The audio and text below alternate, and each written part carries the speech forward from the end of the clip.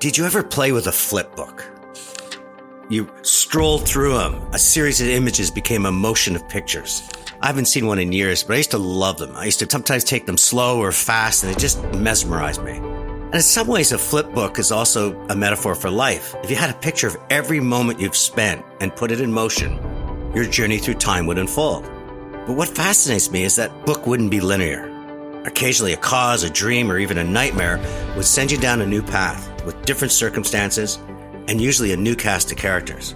Would your life grow or shrink as it happens? Would you feel certainty and security or uncertainty and insecurity?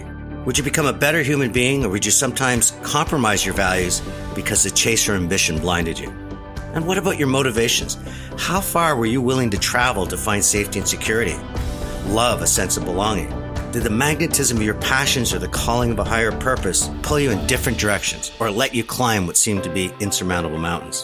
Did one day your desire to find the meaning of your life circumvent all? And for many, that's what Chatter That Matters is all about. It's an audio version of a flip book where I discover how someone has overcome these circumstances. They escape or chase, and in doing so, they change their world and even ours for the better. The word resilience is the one I hear most. When you've grown up in that kind of an environment, done all the hard work and paid attention to the basics, because when you're out there in the jungles, you have to keep your eyes open. It focuses the mind, builds character. That's really what I've taken with me on this entire journey. Today, we're going to flip through the life of Patrick Asare. He's written a book with so many beautiful pictures taken from his incredible memoir, The Boy from Boadua, One African's Journey of Hunger and Sacrifice in Pursuit of a Dream.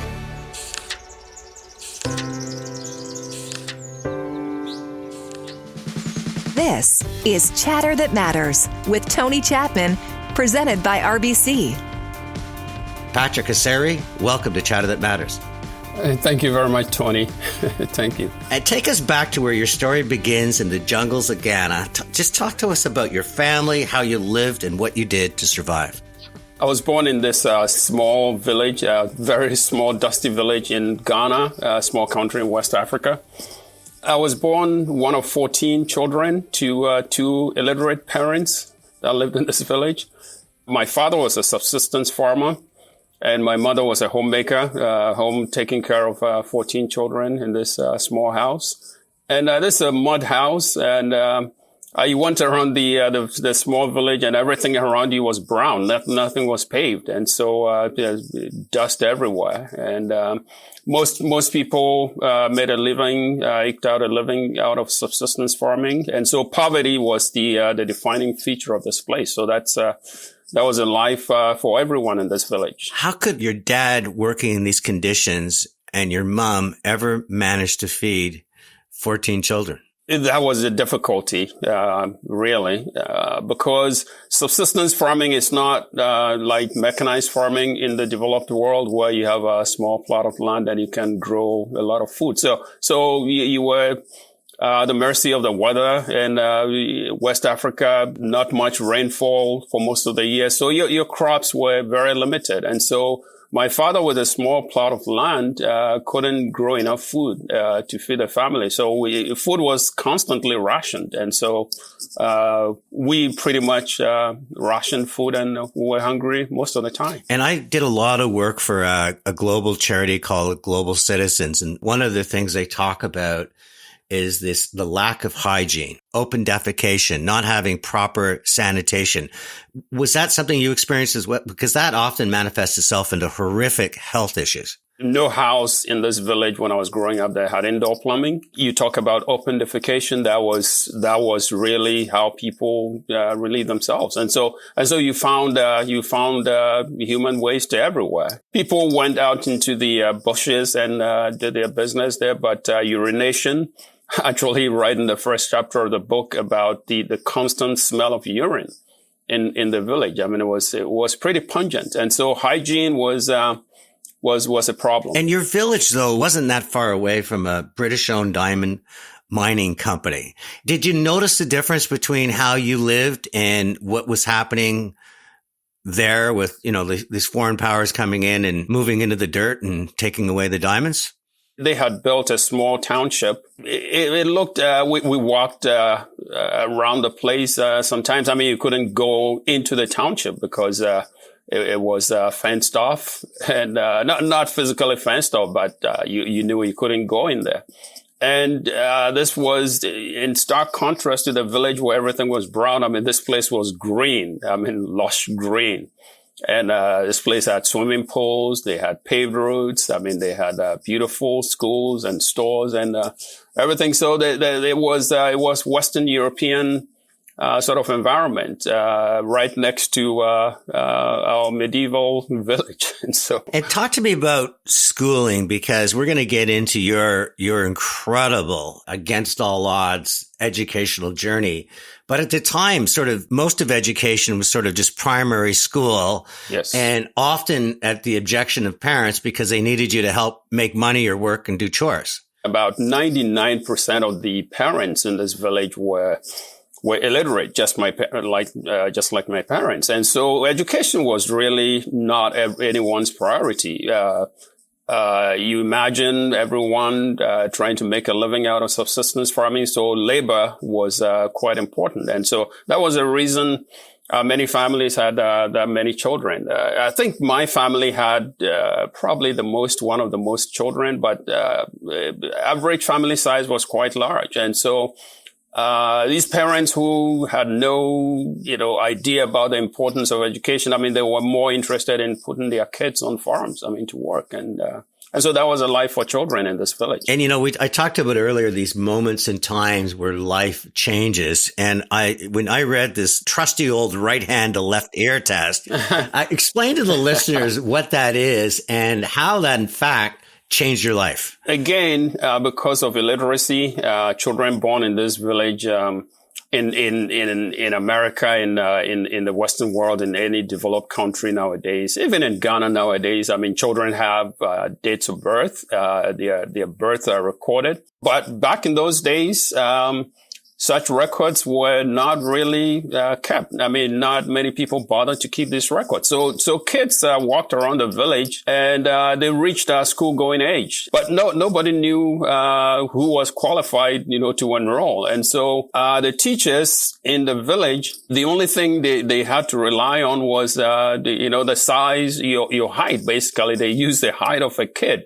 To figure out, when they were ready to go to school. And so this right hand to left ear test was used. And so your kid walking around the village, and someone adult teacher would come up on you and say, hey, raise your right arm and bend it over your head and try to touch your left ear. If you manage to do that, they said, okay, you're good enough to go to kindergarten or first grade. I was lucky. My family house was close to the Presbyterian primary school in the village. And so I used to go to the playground. They had this dusty playground that there was nothing there. So kids, recess, they would come out and play. And so when I was about 4 years old, I started going to that place. A family friend, he walked up to me. He saw me playing with the school kids, and he walked up to me and said, put your right hand and on top of your head and try to touch your left ear. I was a bit of a tall, sort of scrawny kid, and so I did the test and I passed it in the eyes of this man. And so he said, "Oh, you're ready to go to school. I'll tell the teachers and your dad." And so that's how I got enrolled in kindergarten. You describe in your book, kindergarten was really just a place underneath the tree, and was weather related. That, like the game of golf, if it's raining, you can't play. In your case, if you had bad weather, you couldn't go to school. Exactly. And then when you move into the sort of the primary grades, you said you got to go indoors, but it's not the type of school that the Western world would consider, set up for education. So a funny story about kindergarten. So we sit under these trees and, West Africa, you have goats and chickens and, everything roaming around you. So, for the longest time, I was about 5 years old at the time. For the longest time, I thought the goats were our classmates, really, because when the teacher was, talking, he has an easel, under the tree and a chalkboard. And, so these goats will stand very still and watch what the teacher was doing. So, and then at some point they will just walk off. And so, but then moving on to first grade into a classroom, as you say, I mean, this was just a block of, a building block with 6 rooms. It was open, short walls. And he went into one of these rooms, and all there was a chalkboard, a chair for the teacher to sit on. We actually, there were no chairs and tables like you have in your classrooms. Here, we actually had to bring our own chairs from home, I mean, to sit. So this was a bare, empty room with nothing. I mean, there was nothing there. And that was it. How did they know you were gifted? Because the way I read it through the book, you very soon go from just being able to touch your ear to really being someone that just loves to learn. Was there a moment when a teacher just looked at you and realized that, you know, this wasn't just, I'm going to give you a couple of years of reading and then you're going to go back and continue this cycle of poverty, but they saw something in you? Actually, not immediately. So every kid, I mean, just walked in there and you learned the alphabet, and they taught you 1 to 10, how to count to 1 to 10. That was very basic stuff. But starting about age 8, I realized that I love to read. There was just they'll give you one English book, textbook, and another one for math, and that was it. But I developed a love of reading, and so I started getting more and more into school stuff, and that's when my teachers discovered that this is a kid who could probably learn. And what I found so fascinating, and I would have to say even tragic about it, is there was another individual in that school, Francis, who also had this intellectual capability. And he comes back through your book more than once. It's almost, and sometimes I feel like you're guilty that you left him behind, because you realize that this is your path out and this is your path for their future. And even though he has the same intellectual capabilities, his heart doesn't roar the same way. You must have thought of that a million times in your life, why you are where you are. And Francis ended up staying back in that village. And I talk a lot about him in the book purposely, because the way his life turned out really informs the way I view the world. And he was actually a better student than I was, but somehow the same level of passion that I had, to sort of force myself out of that village and to go on and pursue additional education beyond primary and middle. Most kids ended at primary school level. About half went on to middle school. Middle school was a stopping point, for pretty much every kid in the village. But along the way, I decided that I wanted more. And I had this passion that just kept me going. I love the story. You're 11 years old. You got this insatiable appetite for reading. It's not like there's a library. And there's scraps of newspaper on the floor of a village square. And one day you pick up this newspaper and you start reading something that eventually changes your educational trajectory. So, food vendors in this village, street side food vendors, they didn't have plates or whatever. So they would just rip up, old newspapers and, wrap the food that people, so you went to buy bread or roasted plantain, they'll wrap it up in a piece of newspaper, and people finish eating and they just, discard it. And, so you see these, scraps lying around, and going back to me having this likeness for words on paper. So I used to go around the village picking up these scraps of newspaper and reading what was on them. So one day I picked one of these scraps, and there is a segment of an article about the most exclusive secondary school in the country. We talk about the diamond mining company and the expatriates who came from England and Europe to work there. So this exclusive secondary school was set up actually during colonial times. It was set up by the colonial governors of Ghana when Britain used to rule Ghana. So they set the school up to educate children of the colonial governors, ambassadors, university professors, and then kids who went to this secondary school then went on to Oxford and Cambridge universities in England. And then they returned to Ghana and became the prime ministers, the presidents, ambassadors. And so I was about, 10, 11 years old. I picked up this paper and read this thing and I said, wow, I mean, I want to become one of these people. I mean, and so that sort of, mapped out, the path. I mean, for me. So I knew that, going to this exclusive secondary school, could eventually get me to Oxford and Cambridge, and then I would come back to Ghana and become a big person. I mean, absolutely insane idea for a kid. I mean, standing in that dusty village to even have. But what I found was fascinating because a lot of people, especially in these circumstances, would just roll their eyes. You know, it's like a kid under a tree looking up at the stars saying, I'm going to go to the moon one day.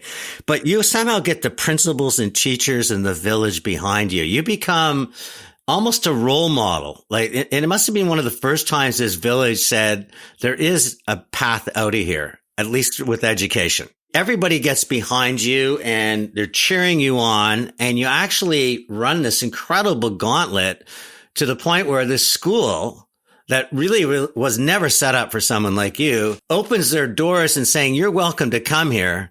But then you get hit with some pretty tough news. This whole journey to gain admission to this exclusive school from that village I was standing in was quite a challenge. And so I had to give up my breakfast money to buy newspapers to read, because at that point I had to do real reading to stand any chance of getting admission. So I went to school without breakfast pretty much every day for 2 years. And then you were studying late into the night with kerosene lamps. The village had no electricity. And so it was sleepless nights. And I was doing all that without even the knowledge of my parents and the teachers. I mean, my parents saw I was doing this crazy midnight stuff, and I didn't know.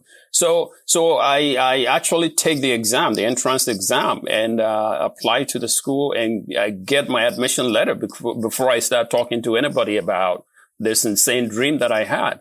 And so that's when the teachers were like, what just happened? and so they grab me and they take me home. I mean, they ask my parents, do you know what your son has done? And so it becomes a big news in the village. And then I get admitted, and that's when disaster strikes. I mean, I come back home and get it with my admission letter, and my parents, I didn't know really what poverty meant. I knew, I somehow knew we're not that well off because we're going hungry and we're struggling all the time. But that was the first time I heard poverty and financial sort of obstacles. So there was no chance my parents were going to be able to afford a tuition to go to this place. So that was that's what happened. So long and short of it, I couldn't go, and I had to give up this tremendous opportunity. You find out there's no money for this school. So what happens next? To say I was devastated would be an understatement. So I was totally sort of destroyed, and so I say, what's the point then? So I decided that I wasn't going to go back to the final year of middle school. I realized that maybe my place is on the farm, just like every kid in the village. And my parents realized that, I've been dealt a devastating blow. So no one really talked to me much, in those days.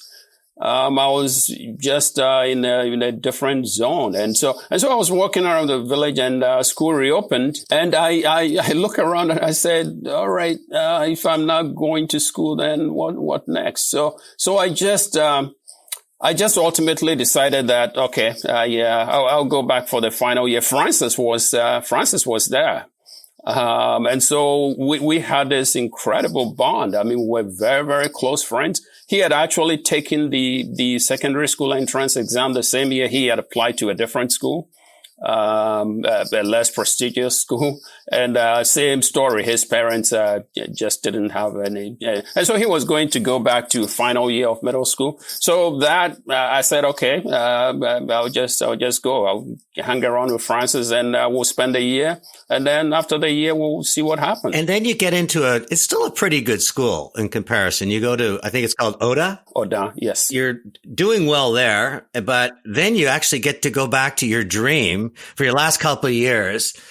How did you feel walking into that? Because people have been there for years and all of a sudden you don't have cultural nuance. You don't understand the rhythm of the school. I mean, you must have felt like a square peg in a round hole.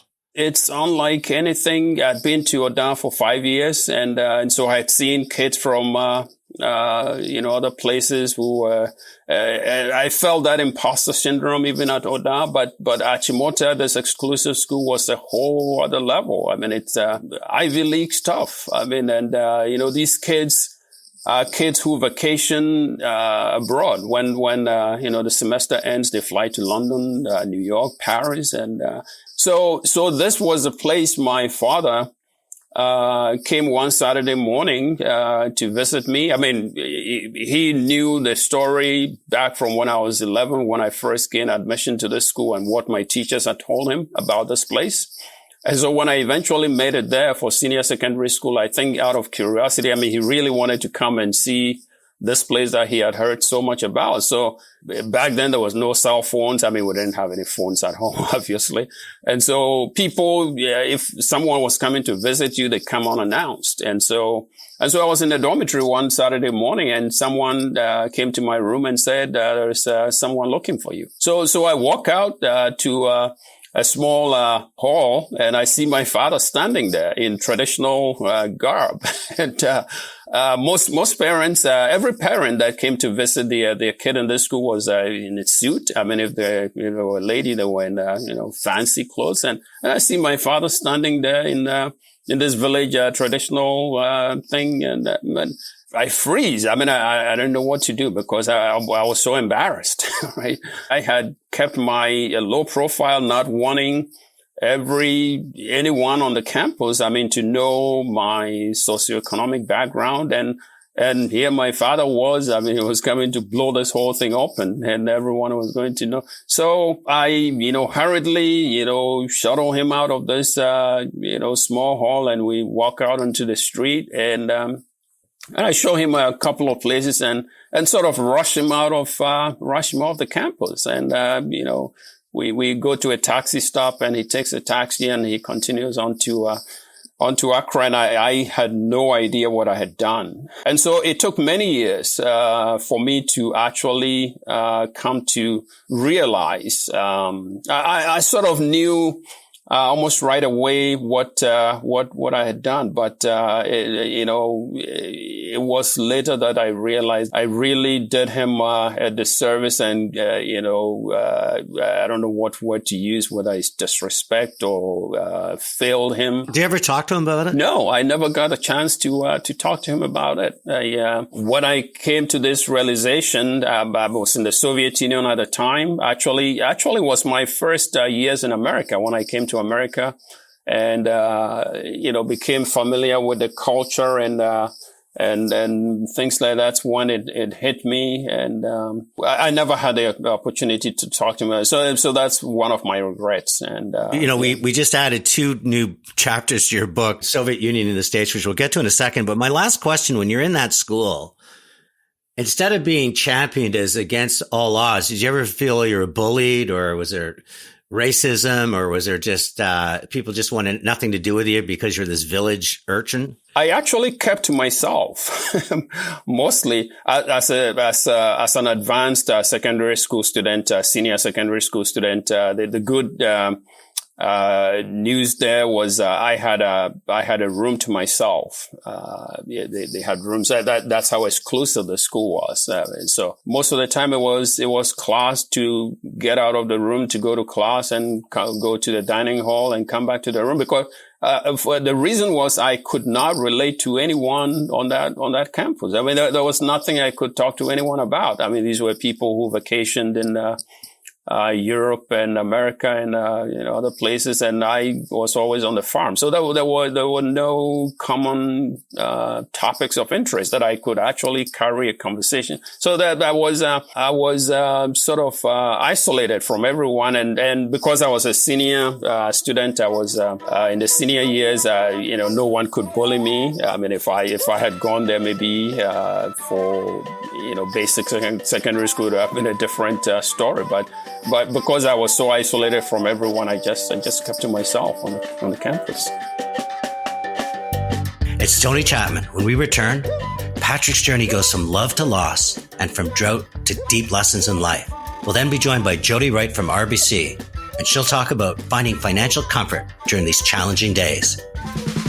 It's Tony Chapman, host of Chatter That Matters. Recent Ipsos survey, sponsored by RBC Royal Trust, reveals that over one half of Canadian adults do not have a will, and that number jumps to 66% in the 34 to 54 age group. This January, take the time to create a will, protect your family, your wishes, and your legacy. And if you already have one, it's a great time to review it. Find out more, rbc.com/Royal Trust. Having a will matters to you, your family, and to RBC. Leave a legacy, not a burden. You're listening to Chatter That Matters with Tony Chapman, presented by RBC. The bar is the bar. I mean, we're going to set it where it is. When you are in that home environment where low expectations are accepted, right? You see what you see. But I had parents, who looked at life, differently. I mean, we're going to raise the bar. I'm joined today by Patrick Asare. He's written this incredible book, The Boy from Boadua. It's an African's journey of hunger and sacrifice in the pursuit of a dream. So we're going to move the story along. You graduate, you get into the Science and Technology University in Ghana. You meet Patricia, the love of your life, and everything seems to be going well, but as you talk about Western Africa, my wife is from South Africa. Another drought hits, food scarce.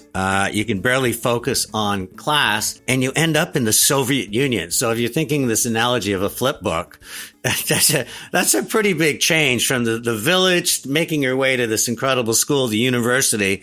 How did the Soviet Union come about? So, as you mentioned, I had, from secondary school, I gained admission to the Science and Technology University in Ghana, which is one of the top. There were 3 universities in Ghana at the time, and that was I was one of the top ones. I had been admitted to study electrical engineering. And so I go to this campus, and that was 1982, late 1982. And a drought has hit Ghana and the whole West African region. And so you talk about subsistence farmers depending on rain and stuff. And so food was very scarce, and whatever little was available was very expensive. And so families like mine didn't have the money to and so there was hunger everywhere. And to go study electrical engineering at a university that cannot provide you 3 meals a day. So on average, we're getting about a meal a day on campus. And I said this wasn't going to work. And so it was back home. And I came back to the farm. And I'm on the farm for another couple of years. And in the meantime, I'm looking around to see what else, I can do. There is no job. There is no food. There is nothing. And so I knew about this, after Ghana gained independence from Britain in 1957. The Cold War was raging at the time. And so most African countries America and the Soviet Union were all over Africa jockeying for influence. So the bunch of African countries sort of aligned themselves with the Soviet Union post-independence. And the president of Ghana at the time, who Kwame Nkrumah, who was the who led the struggle for independence, he somewhat aligned himself with the Soviet Union. So there was this whole exchange program, government to government program that to young people in their early 20s, from Ghana to the Soviet Union to go to college. And I think the whole idea was to get people introduced to socialism, and then after their studies they come back to their home countries and sort of they become sympathetic to so that was the whole idea behind the program. So people had very low views about that kind of education, because the idea was they were taking you there to basically indoctrinate you. And so that certificate, was not very well respected. I don't know whether that was,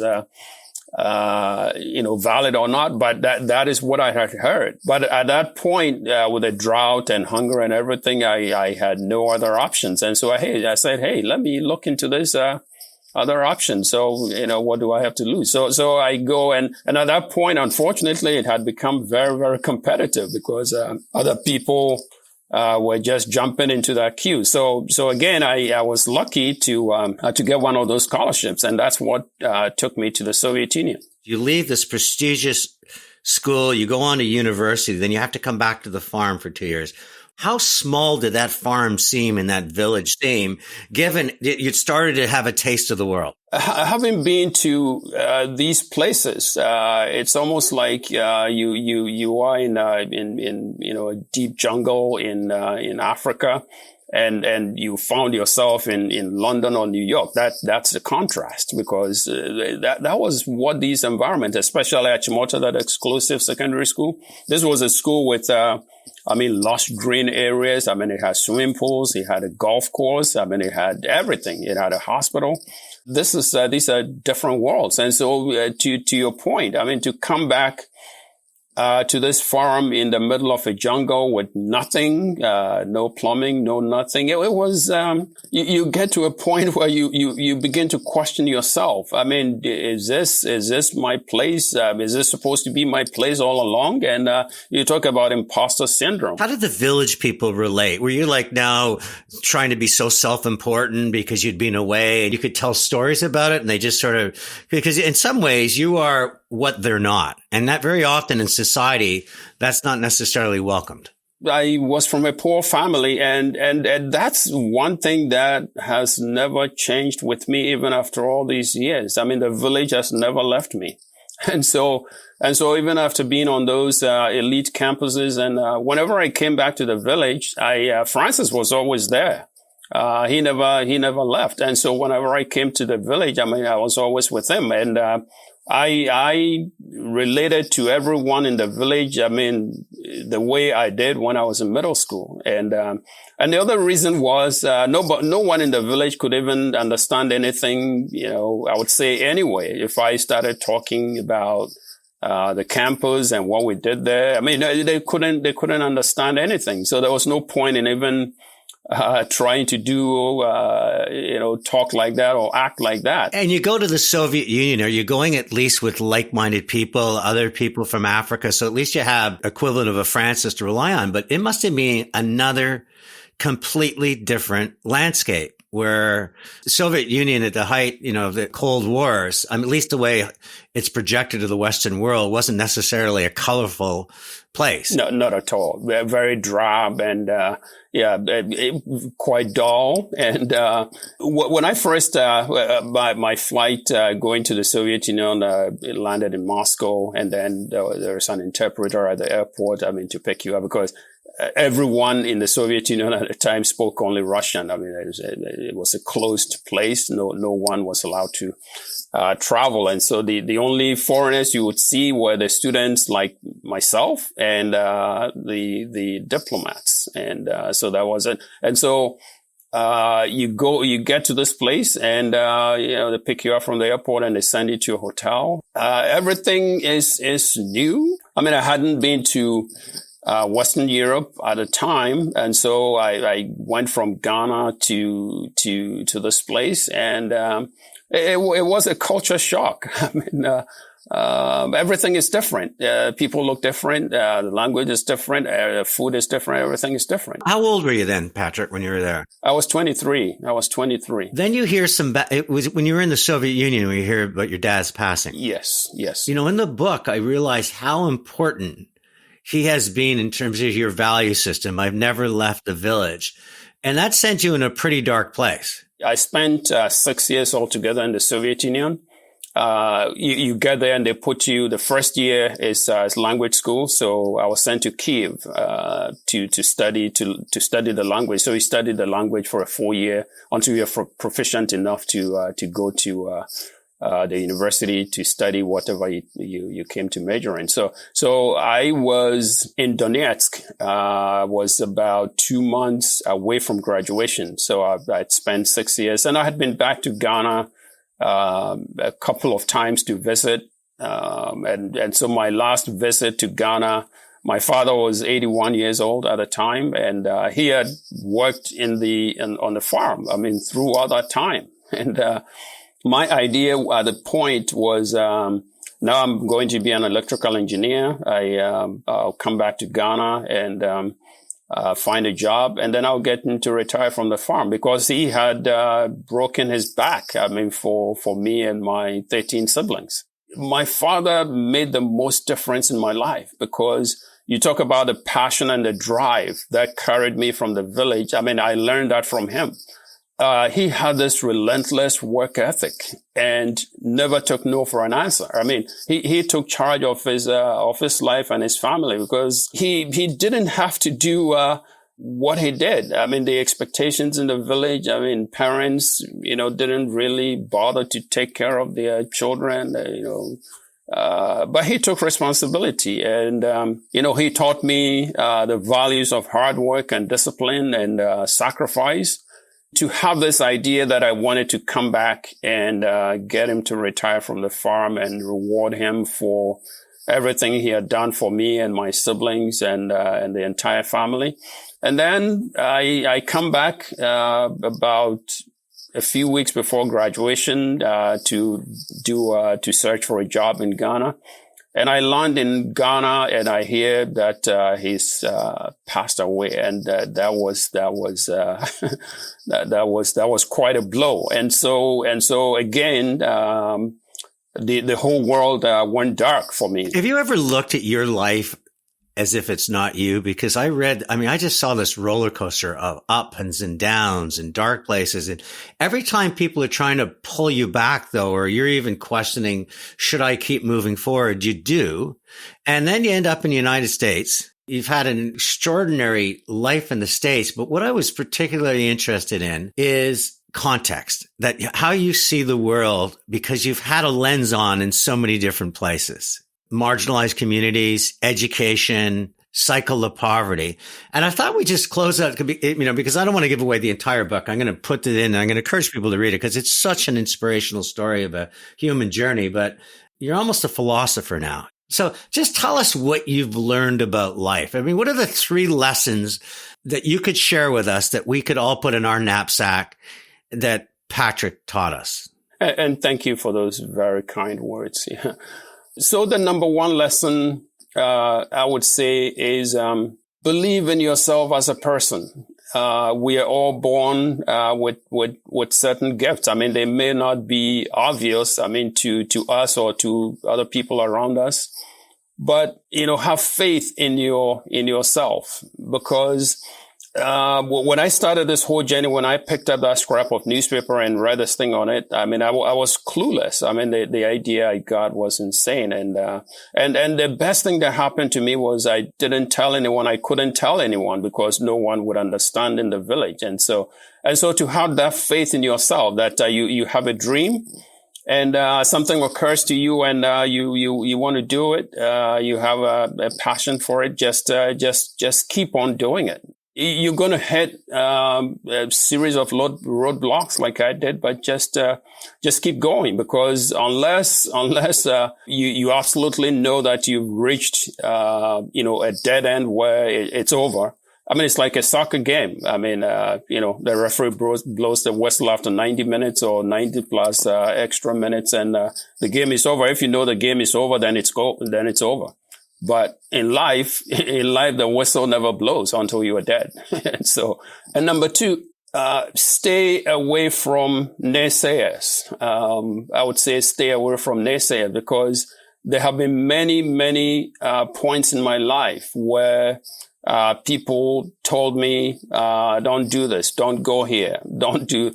And fortunately for me, I had learned enough to know that People, we are all, humans, and our knowledge is limited. Our knowledge of life and the world is limited. I mean, we can only see maybe 5 years in front of us, but nobody knows what's going to happen tomorrow.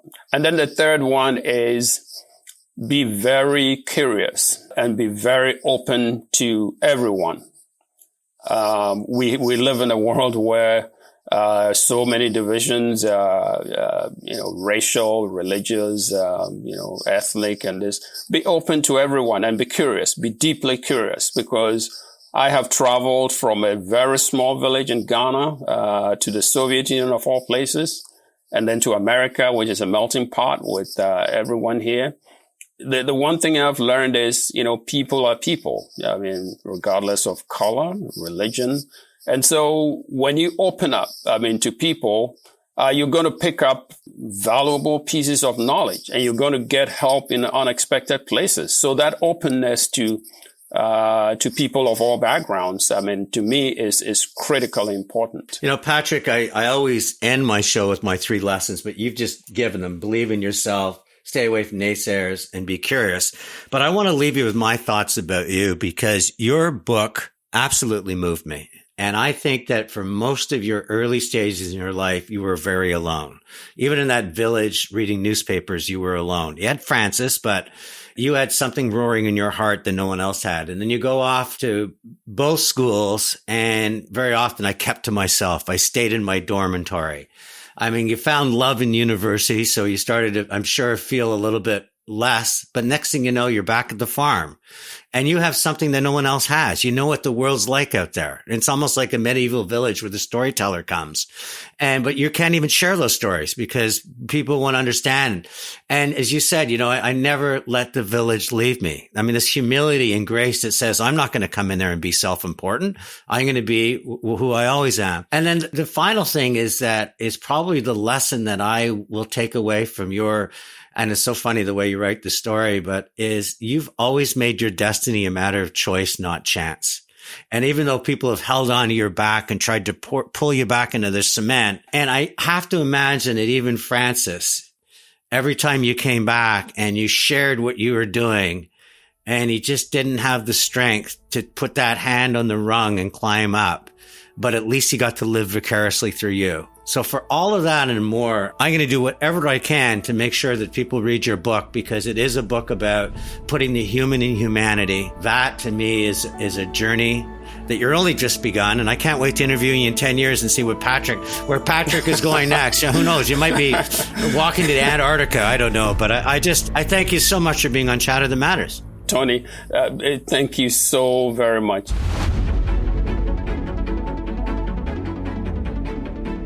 Joining me for the first time on Chatter That Matters is Jody Wright.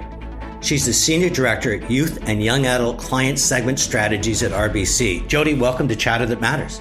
Thank you so much for having me. It's a pleasure to be here, Tony. That could be one of the longest titles I've ever had on this. So what does the Senior Director of Youth and Young Adult Client Segment Strategies do, and how big is your business card? It's funny. I often get teased by titles. I think that it's like a bank thing to have really complicated titles because everyone needs to know exactly what you do within your title. But the easiest way of thinking of it is, how do we help our clients who are in the category from an age perspective of youth and young adults? And, we kind of loosely categorize those as essentially the under 25. So, individuals who are, newly starting out in their financial journey, shall we say, and, they might be looking at our Leo's Young Savers account, and they would be working with their parents and setting up, having a bank account and putting in their allowance and tooth fairy money or whatnot, through high school students, post-secondary students, international students, and then young adults who might be newly graduated and, starting to get into the realm of managing their own finances. Today, I want to talk about Patrick Asare. It's a moving story. He broke the cycle of poverty through determination and education. He decided that the only way out of a world where people were as close to being servants was to learn his way through it. Where do we have to take this country? Because to me, where Patrick needed the basic math and writing and reading to do it, I would say a lot of Canadians who have the basic education could do so much more with their life if they had financial literacy, if they could make smart decisions versus, I would say, sometimes impulsive decisions. I think we are making strides. You know, when I compare to even myself growing up, when I think about how money was not really stuff that you really talked about with your friends or with your family. And I believe that things are shifting, that we're trying to normalize discussions about money and not make it taboo.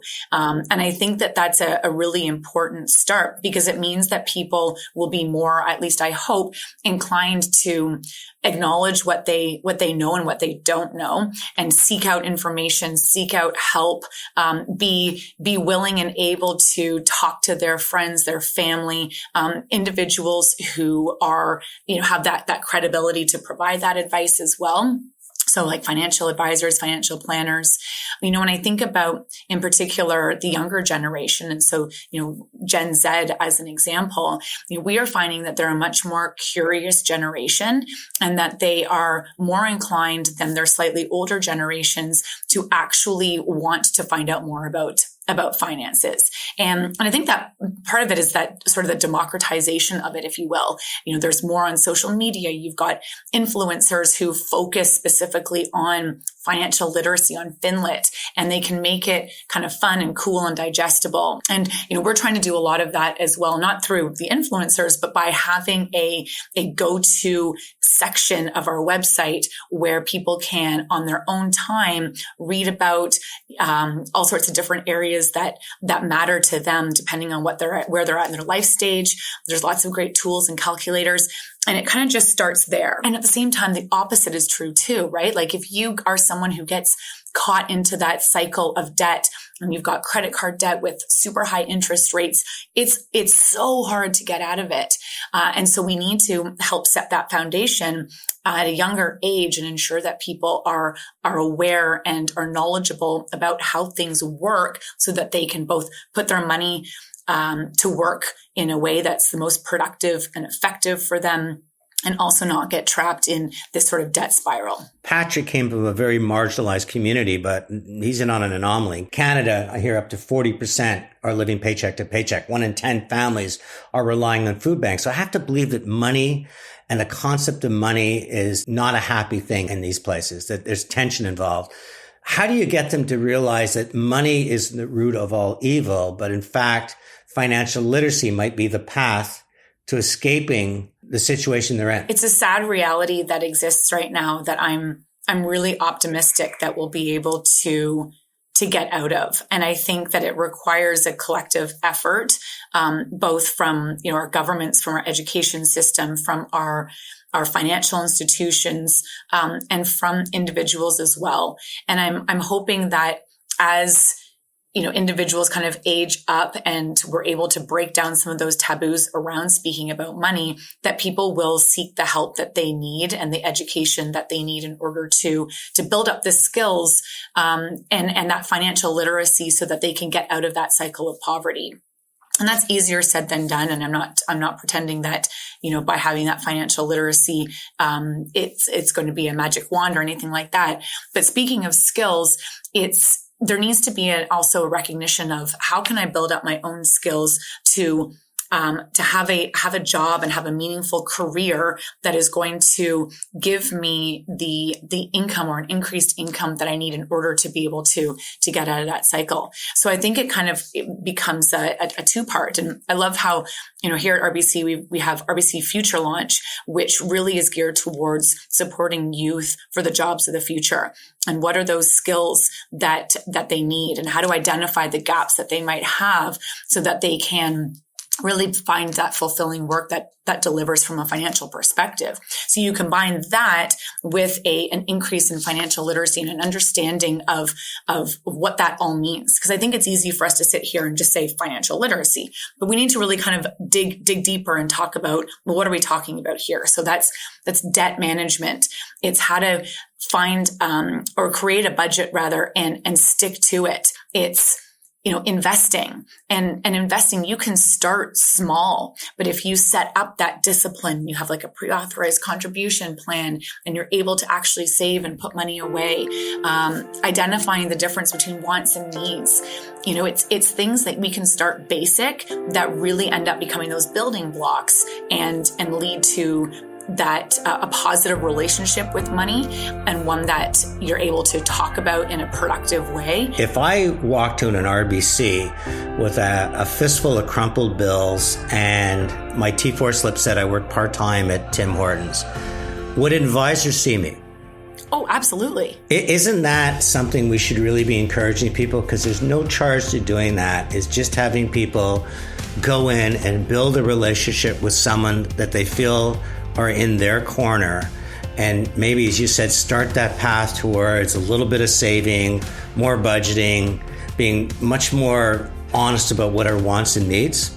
It can be intimidating to walk in somewhere and say, I don't know what I don't know, and I need some help. And so we really try to foster an open environment that will allow that conversation to happen. Jody Wright, you must have been one incredible financial planner, but I think there's a lot of people that are benefiting from the fact that you're touching the youth segment at RBC, and I thank you for joining me in Chatter That Matters. Thanks for having me, Tony. Chatter That Matters has been a presentation of RBC. It's Tony Chapman. Thanks for listening, and let's chat soon. It's Tony Chapman from Chatter That Matters. I asked Canadians about their money matters. We talked debt, inflation, interest rates, and many were worried, and some felt they could lose everything. In response, RBC has created My Money Matters.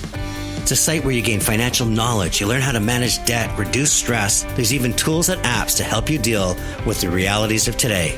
Visit rbc.com/moneymatters. Your financial well-being matters to you and to RBC.